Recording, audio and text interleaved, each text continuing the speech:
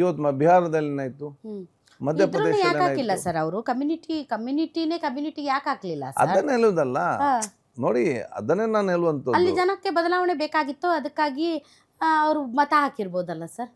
ಯಾರಿಗೆ? ಅಲ್ಲಿ ಎಲ್ಲಿ ಒಂದಾದ್ರು ಎಂ ಪಿ ಇದೆ ಇಲ್ಲಿ ಕಮ್ಯುನಿಟಿಯಿಂದ? ಅಲ್ಲ ಸರ್, ಮುಸಲ್ಮಾನ ವೋಟ್ಸ್ ಜಾಸ್ತಿ ಇರೋ ಕಡೆನೂ ಕೂಡ ಕಾಂಗ್ರೆಸ್ ಅವ್ರು ಗೆದ್ದಿಲ್ಲ. ಅದು ಕಾಂಗ್ರೆಸ್ ಯಾಕೆ? ಅದು ಕಾಂಗ್ರೆಸ್ ಗೆಲ್ಲದಿದ್ದ ಕಾರಣವೇ ಅಲ್ಲಿ ಯಾರಿಗೂ ಕೂಡ ಅವಕಾಶನೇ ಸಿಕ್ಕಲಿಲ್ಲ. ಈಗ ಆಯ್ತು, ಅಲ್ಲಿ ಬೇರೆಯವರೇ ಇಲ್ವಾ ಈಗ ಅಲ್ಲಿ ಇದರಲ್ಲಿ? ಸೊ ನಾವು ಎಲ್ಲವೂ ಕೂಡ ಎಲ್ಲರನ್ನು ನಾವು ಪಡೆದುಕೊಂಡು, ಎಲ್ಲರ ಸಹಕಾರ ಪಡೆದುಕೊಂಡು ನಮ್ಮ ಕಮ್ಯುನಿಟಿಗೆ ಇಂಪಾರ್ಟೆನ್ಸ್ ಬರೋ ಹಾಗೆ ಮಾಡಬೇಕು ಆ ಇದರಲ್ಲಿ. ಸೊ ನಾವು ಟಿಕೆಟ್ ಕೇಳೋದು ತಪ್ಪಲ್ಲ, ಯಾರು ಕೂಡ ಕೇಳ್ಬೋದು, ಅದೇನು ನಥಿಂಗ್ ರಾಂಗ್. ಕೇಳಿದ ನಂತರ ಪಕ್ಷ ಎಲ್ಲವೂ ಕೂಡ ತೀರ್ಮಾನ ಕೊಟ್ಟ ನಂತರ ನಾವು ಪಕ್ಷಕ್ಕೆ ನಾವು ಬದ್ಧರಾಗಿ ಕೆಲಸ ಮಾಡಬೇಕು. ಯಾಕೆ? ನಮ್ಮ ದೇಶದ ಸಂವಿಧಾನಕ್ಕೆ ಅನುಗುಣವಾಗಿರುವ ಪಕ್ಷವೇ ಒಂದು ಕಾಂಗ್ರೆಸ್. ಇವತ್ತು ಬಹಳ ಸ್ಪಷ್ಟವಾಗಿ ಪಕ್ಷಗಳು ಸಂವಿಧಾನದ ಅನುಗುಣವಾಗಿಲ್ವಾ ಸರ್?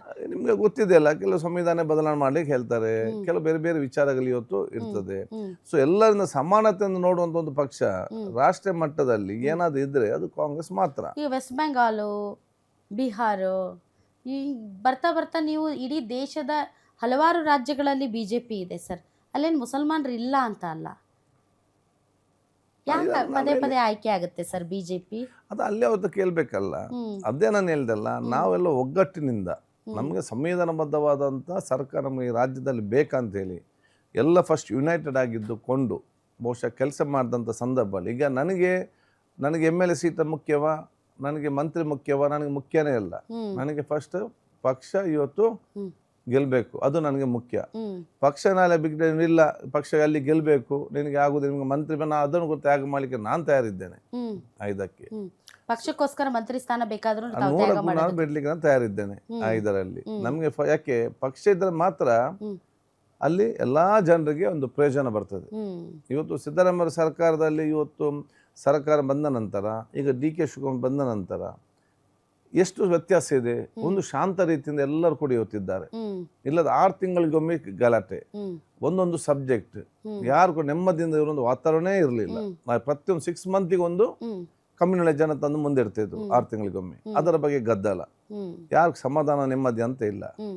ಬರುವಂತ ಗ್ರಾಂಟ್ ಸ್ಕಾಲರ್ಶಿಪ್ಪೇ ಮೈನಾರಿಟಿ ವಿದ್ಯಾರ್ಥಿಗಳಿಗೆ ಕೊಡ್ತಾ ಇರಲಿಲ್ಲ. ಮೈನಾರಿಟಿ ಅಂತಲ್ಲ, ಬ್ಯಾಕ್ವರ್ಡ್ ಕೂಡ ದಲಿತ ಕೂಡ ಕೊಡಲಿಲ್ಲ. ಅದೇ ರೀತಿಯಲ್ಲಿ ನಮ್ಮ ಗುರುಗಳಿಗೆ ಬರುವಂಥ ಸ್ಯಾಲರಿ ಅದನ್ನು ಕೂಡ ಕೊಡ್ತಾ ಇರಲಿಲ್ಲ. ಈಗ ಅಂತ ಏನಾದ್ರು ಒಂದು ಟೆನ್ಷನ್ ಉಂಟಾ? ಜನಸಾಮಾನ್ಯರು ಅವರಷ್ಟಕ್ಕೆ ದುಡಿದು ಬೆಳಿಗ್ಗೆ ಹೋಗಿ ಬಂದು ನೀವೇ ಬಿಜೆಪಿ ಟಾರ್ಗೆಟ್ ಮಾಡ್ತಾ ಇದ್ದೀರಾ? ಅಂತಿಲ್ಲ ಅವರ. ನಾನು ಪಕ್ಷಾಧಾರಿತವಾಗಿ ನಾನು ಅವರ ಬಗ್ಗೆ ನಾನು ಟೀಕೆ ಮಾಡಲಿ ಹೋಗುದಿಲ್ಲ. ನಮ್ದು ಐಡಿಯಾಲಜಿಕಲ್ ಫೈಟ್. ಅದು ಐಡಿಯಾಲಜಿಕಲ್ ಫೈಟ್ ಆದ್ರೂ ಕೂಡ ಗೃಹ ಸಚಿವರು ದಿನ ಬೆಳಗಾದ್ರೆ RSS ಅಂತ ಜಪ ಮಾಡ್ತಾ ಇದ್ದಾರಲ್ಲ ಸರ್. ನೋಡಿ, ಅದು ಅವರ ಪಕ್ಷದ ಅಧ್ಯಕ್ಷರು ಕೂಡ ಅದನ್ನೇ ಮಾತಾಡ್ತಾ ಇದ್ದಾರೆ ಸರ್. ಅವರ ಒಬ್ಬೊಬ್ಬರು ಒಂದೊಂದು ರೀತಿಯಿಂದ ಅವರ ಒಂದು ಪಕ್ಷದ ಅಧ್ಯಕ್ಷರು ಮಾತಾಡಿದ್ರೆ ಐಡಿಯಾಲಜಿಕಲ್ ಡಿಫ್ರೆನ್ಸಸ್ ಅನ್ಬೋದು. ಗೃಹ ಮಂತ್ರಿಗಳು ದಿನ ಬೆಳಗಾದ್ರೆ ರಿಜಿಸ್ಟರ್ ಮಾಡ್ಕೊಳ್ಳಿ, ಪಥಸಂಚಲನಕ್ಕೆ ನಾವು ನಿಮಗೆ ಬಿಡೋದಿಲ್ಲ, RSS ಏನು ಗೋಪೂಜೆನ ಸಾಮಾನ್ಯ ಕಾರ್ಯಕರ್ತರ ಹತ್ರ ಮಾಡಿಸ್ತೀರಾ, ದೊಡ್ಡ ದೊಡ್ಡ ನಾಯಕರ ಮಕ್ಕಳ ಹತ್ರ ಮಾಡಿಸಲ್ಲ, ಗೋಮೂತ್ರ ಕುಡಿಸಲ್ಲ ಅಂತ ಎಲ್ಲ ಮಾತಾಡ್ತಾ ಇದ್ದಾರಲ್ಲ ಸರ್. ನೋಡಿ, ಇವತ್ತು ರಿಜಿಸ್ಟ್ರೇಷನ್ ಬಗ್ಗೆ ಇವತ್ತು ಕಾನೂನು ಎಲ್ಲರಿಗೂ ಒಂದೇ ಇರಬೇಕಲ್ಲ. ಕಾನೂನು ಅವ್ರೇನು ಹೇಳ್ತಾರೆ, ಎಲ್ಲರಿಗೂ ಒಂದೇ ಕಾನೂನು ಬರಲಿ, ಒಬ್ಬೊಬ್ಬರಿಗೆ ಒಂದೊಂದು ಕಾನೂನು ಯಾಕೆ ಅಂತ ಇವತ್ತು ಕೇಳುವಂಥ ವಿಚಾರ ಇವತ್ತು ಇದೆ ಅದಕ್ಕೆ ಸಂಬಂಧಪಟ್ಟಾಗೆ. ಸೊ ಅದಲ್ಲಿ ಏನು ಬಿಜೆಪಿ ಬಂದರೆ ಅಲ್ಪಸಂಖ್ಯಾತರನ್ನ ಟಾರ್ಗೆಟ್ ಮಾಡುತ್ತೆ, ಕಾಂಗ್ರೆಸ್ ಬಂದರೆ RSS ಮತ್ತು ಬಿಜೆಪಿಯನ್ನು ಐಡಿಯಾಲಜಿಕಲಿ ಯಾವ ರೀತಿ ಕೆದಕಬೇಕು ಕೆದಕುತ್ತೆ. ಅದೇ ಅಲ್ಲ ಸರ್ ಡಿಫ್ರೆನ್ಸ್. ನೋಡಿ, ಅನಗತ್ಯವಾಗಿ ಎಲ್ಲಿಯೂ ಕೂಡ ಕಾಂಗ್ರೆಸ್ ಸಮಸ್ಯೆ ಅಷ್ಟೇ ಮಾಡ್ಲಿಕ್ಕೆ ಹೋಗುವುದಿಲ್ಲ. ಈಗ ಸಮಾಜದ ಮಧ್ಯೆ ಜನರನ್ನು ವಿಭಾಗ ಮಾಡಲಿಕ್ಕೆ ಎಲ್ಲಿಯೂ ಕೂಡ ಹೋಗಲಿಲ್ಲ, ಅಥವಾ ಧರ್ಮಾಧಾರಿತವಾಗಿಯೋ ಇದರ ಜನರ ಮಧ್ಯೆ ವಿಷ ಬೀಜ ಬಿತ್ತಿಕೊಂಡು ಕೆಲವಲ್ಲಿ ಸಂಘಟನೆ ಸಂಘ ಸಂಸ್ಥೆ ಮಾಡ್ತಾರೆ, ಅದು ಅವರು ಮಾಡ್ತಾರೆ.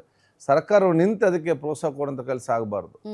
ಎಲ್ಲಿಯಾದ್ರೂ ಏನಾದರೂ ಸಂಘ ಸಂಸ್ಥೆಗಳು ಬೇರೆ ಬೇರೆ ಮಾಡಿದಾಗ ಅಲ್ಲಿ ನಿಯಮಬದ್ಧವಾಗಿ ಕಾನೂನು ಕಠಿಣವಾದ ಕ್ರಮ ತೆಗೊಳ್ಳೋ ಜವಾಬ್ದಾರಿ ಸರ್ಕಾರದ ಇವತ್ತು ಜವಾಬ್ದಾರಿ.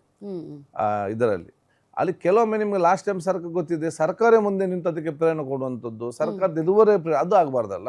ಕರೆಕ್ಟ್. ಅದಕ್ಕೆ ನಮ್ಗೆ ಅದು ಇರುವ ಕಾಂಗ್ರೆಸ್ ಮಾದರಿಗಿರುವಂಥ ವ್ಯತ್ಯಾಸ. ಕಾಂಗ್ರೆಸ್ ಇದ್ದಾಗ ಬೇರೆ ಬೇರೆ ಸಮಸ್ಯೆ ಮಾಡ್ಬೋದು, ಸಂಘ ಸಂಸ್ಥೆ ಅವ್ರು ಏನು ವಿಚಾರ ಇರ್ಬೋದು. ಸರ್ಕಾರ ಯಾರು ಇರಲಿ ಧರ್ಮಾಧಾರಿತ ರಾಜಕಾರಣ ಮಾಡಬಾರ್ದು, ಸ್ಟ್ರಿಕ್ಟ್ ಆಗಿ ಕಾನೂನುಬದ್ಧವಾಗಿ ಆಕ್ಷನ್ ತಗೊಳ್ತದೆ.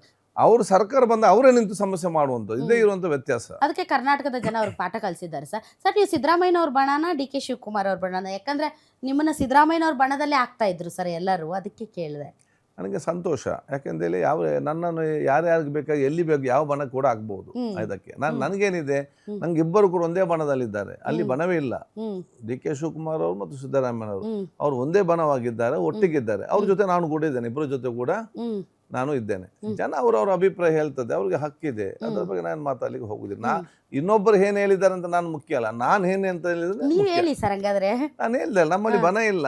ಮುಖ್ಯಮಂತ್ರಿ ಸಿದ್ದರಾಮಯ್ಯ ಅವರು ಇದೆ ಬಿಡಿ ಸರ್. ಇಲ್ಲ, ಎಲ್ಲಿ ನೀವು ಅಧಿಕಾರ ಬದಲಾವಣೆ ಆದಂತ ಸಂದರ್ಭದಲ್ಲಿ ಅಧಿಕಾರ ಬದಲಾವಣೆ ಆದಾಗ ಏಕಾಂಗಿ ಸರ್. ಸಿದ್ದರಾಮಯ್ಯನವರು ಅಧಿಕಾರ ಹಸ್ತಾಂತರ ಮಾಡುವಾಗ ಎಲ್ಲಿಯಾದ್ರೂ ಬಣ ಇದೆಯಾ? ಅದರ ಮುಂಚೆ ಬೇರೆಯವರು ನೂರಾರು ಮಾತಾಡ್ತಿದ್ರು ಕೂಡ ಸಿದ್ದರಾಮಯ್ಯ ಅವರು ಮತ್ತು ಡಿ ಕೆ ಶಿವಕುಮಾರ್ಜಿ ಅವರು ಒಂದೇ ಒಂದು ಆ ಕಡೆ ಈ ಕಡೆ ಇಲ್ಲ, ಅವ್ರಿಗೆ ಒಟ್ಟಿಗೆದ್ರು. ಇಡೀ ಅವ್ರ ದೇಶಕ್ಕೆಲ್ಲ ವಿಶ್ವಕ್ಕೆ ಒಂದು ಇಬ್ಬರು ಕೂಡ ಮಾದರಿಯಾದ ನಾಯಕತ್ವ, ಮತ್ತು ಅವರಿಂದ ತುಂಬ ಜನ ಕಲಿಬೇಕು. ಸಿದ್ದರಾಮಯ್ಯಜಿಯಿಂದ ಮತ್ತು ಡಿ ಕೆ ಶಿವಕುಮಾರ್ದಿಂದ ಭಾಳ ಜನ ಕಲಿಬೇಕು. ಏನು ಬೇರೆ ಬೇರೆ ವಿಚಾರಗಳ ಅಭಿಪ್ರಾಯ ಇದ್ರೂ ಕೂಡ ಸಾಮರಸ್ಯದಿಂದ ಹೇಗೆ ನಾಯಕರು ಇರ್ಬೋದು ಅಂತ ತೋರಿಸಿಕೊಳ್ಳೋ ಉದಾಹರಣೆಯೇ ಅದು ನಾವು ಇಬ್ಬರು ನಾಯಕರು ಉದಾಹರಣೆ. ಎಲ್ಲಿ ಇನ್ನು ಪಿಕ್ಚರ್ ಬಾಕಿ ಇದೆ. ಪಿಕ್ಚರ್ ನಾವು ಬಹಳ ಅತ್ಯಂತ ಉತ್ತಮವಾಗಿ ತಗೊಂಡು ಹೋಗಿ ಜನ ಸಂತೋಷ ರೀತಿ ಅನ್ನೋದನ್ನ ಮಾಡ್ತೇವೆ. All right.